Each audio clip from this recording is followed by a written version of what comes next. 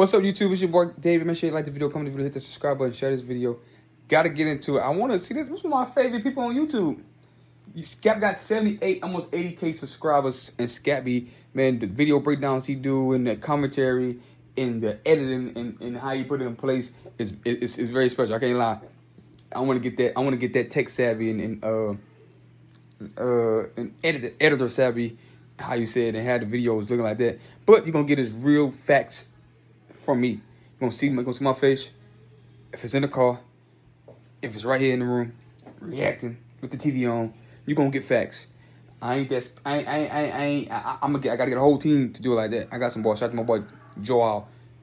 I'm part of the team. Part of the MOC team, baby. We got a monopoly on it. Anyway, Scap, he breaks it down and have all these cuts and videos and editors. So it's a great watch. We're gonna react to disrespect of Kobe Bryant. Even though I think Jim Jackson won disrespect Kobe Bryant, like the T-Max and the Gibbert and all of them, but roll the tape. Day and another stray. Fired at the late, great Kobe Bryant. Yet again, friendly fire as a former Kobe ally has seemingly turned adversary.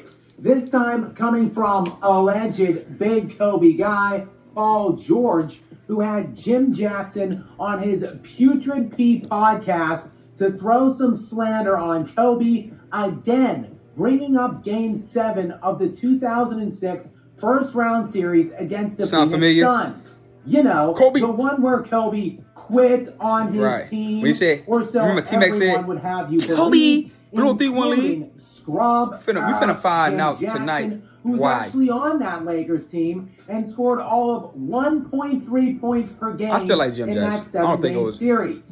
But he was asserting that Kobe just stopped trying in that game to prove a point or send some kind of a message. So I think Kobe at that time, and I don't want to talk for him, was proving a point. Yeah. Like Aaron McKee and I was sitting there on the bench, like we didn't realize it at first, and then we was like, hold up, dude, he ain't shoot, he ain't even look at you. And I think it is important to understand the full context of that season and series in order to fully grasp what was happening in that. Before Scap do his thing, I want to say Jim Jackson may have had a point. He may have had a point. But let's see what Scap got to say. Specific game. And that season, the Lakers absolutely stunk.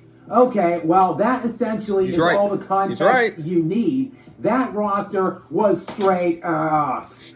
Kobe Bryant was first team All-NBA. First team All-NBA defense and led the league in scoring at 35.4 points per game. That's crazy, the second leading scorer on that team that season was Lamar Odom at 14.8 per night.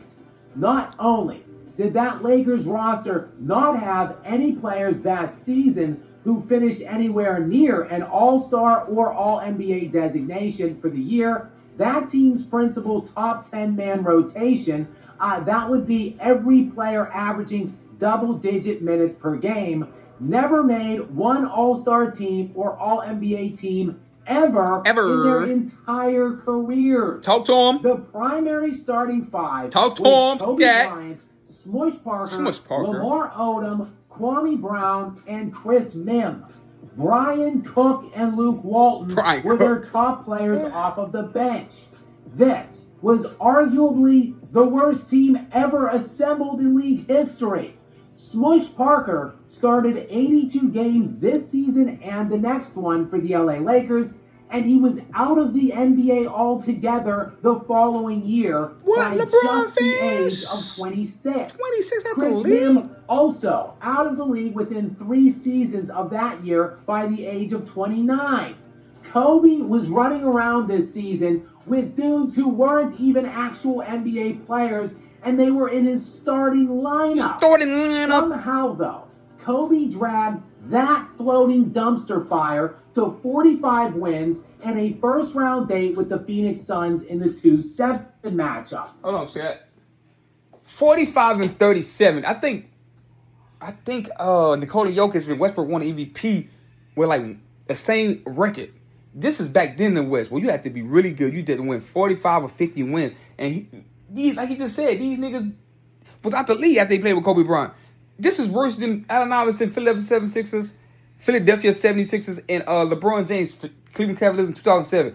To average 35, 4.5 assists, and 5 rebounds, first team all defense, is no way. And 45 wins is no, with that roster, there's no way he should have won MVP. That's no way he should have been MVP. That's one of the biggest robberies in NBA history. I go to my grades on that.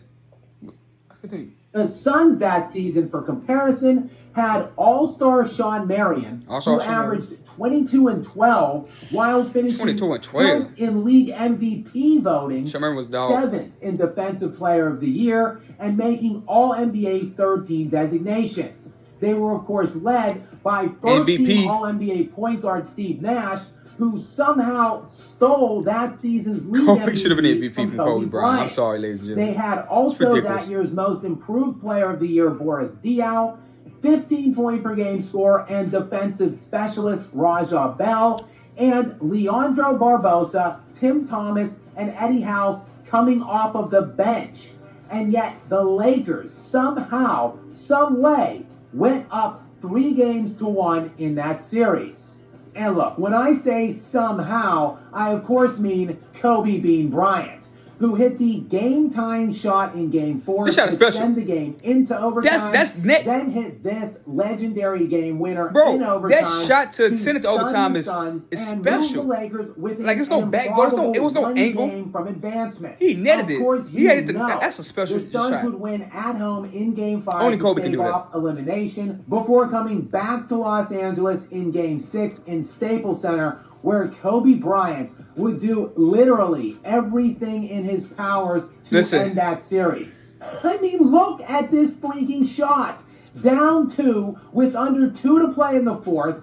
Then here we are with under 30 seconds to play in the fourth. With the Lakers up 1, and Kobe would put them up 3. And for all intents and purposes, the series should have ended right here, as Steve Nash missed a wide-ass open 3-point shot. That's Steve Nash, one of the best shooters in the game. 13 seconds remaining. The Lakers, though, could not corral the rebound. Shawn Marion kicked it out to Tim Thomas, and he hit the game tire to send it into overtime. An overtime session, which saw Kobe Bryant score 12 points on 5 of 7 from the field. You gotta be kidding me! Look at that shot! That's why we to score 1. Look at that shot, bro! That's why we love Kobe Bryant so much. The shot making is unmatched. So the Suns would ultimately prevail in that game, tying the series 3-3, despite 50 by Kobe Bryant.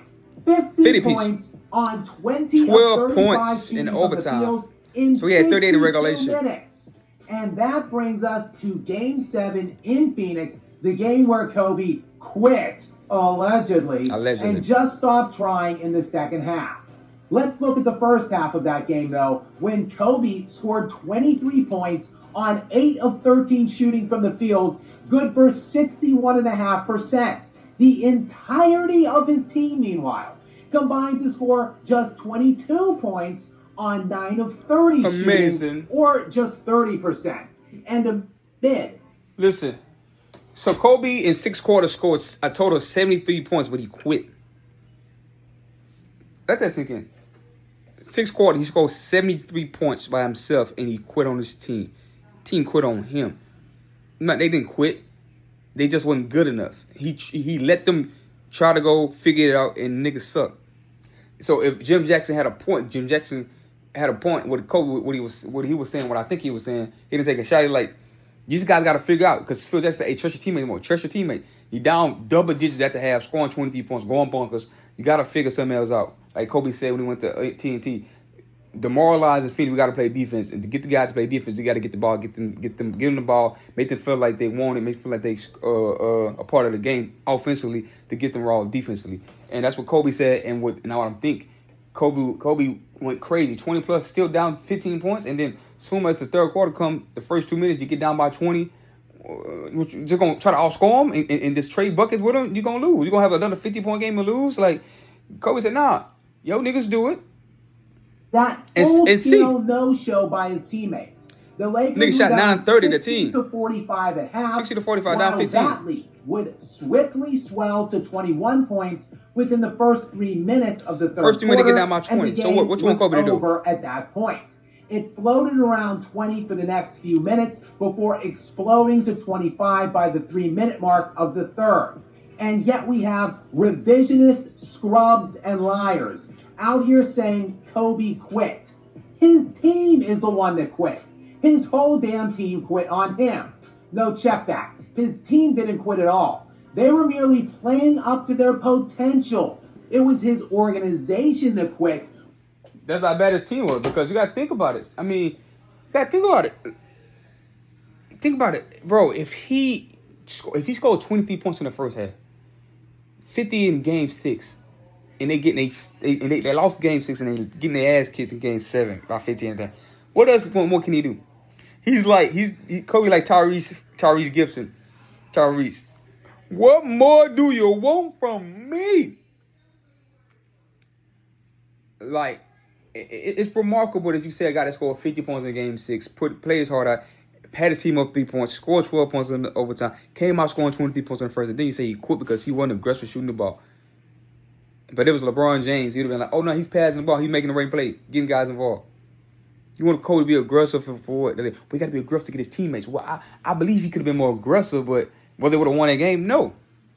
Because Kobe said his biggest scoring games against Phoenix, they want him to score. Kobe realized scoring a lot of points against Phoenix is not going to, against that Phoenix team with that roster, he wasn't going to win. He had to play defense. He had to get his teammates to play defense so he had to pass the ball. But I think Kobe was sending a message? I mean, I think he was sending a message like, okay, you guys do it. Phil said, get my teammates involved. Okay, you guys see what you can do. And he made players. Nigga scored. Why you want me to say today? Let me keep saving today. Like, how you gonna say nigga quit when he went out 23 points in the first half and it didn't work? 3 minutes in the third, you down 20. He gonna just keep outscoring trading bucket with them. It's not gonna win. Well, at least I went out swinging. That sounds all good and dandy, but it don't really make sense when you're talking about what Kobe Bryant was trying to accomplish, what he was trying to do, and when then he's like, this is not right. You niggas, you think you niggas good? Part of me think he didn't quit. He's playing team ball. He's passing the ball to these niggas. See what they can do. Can we get the lead down? They get the lead down. Game over.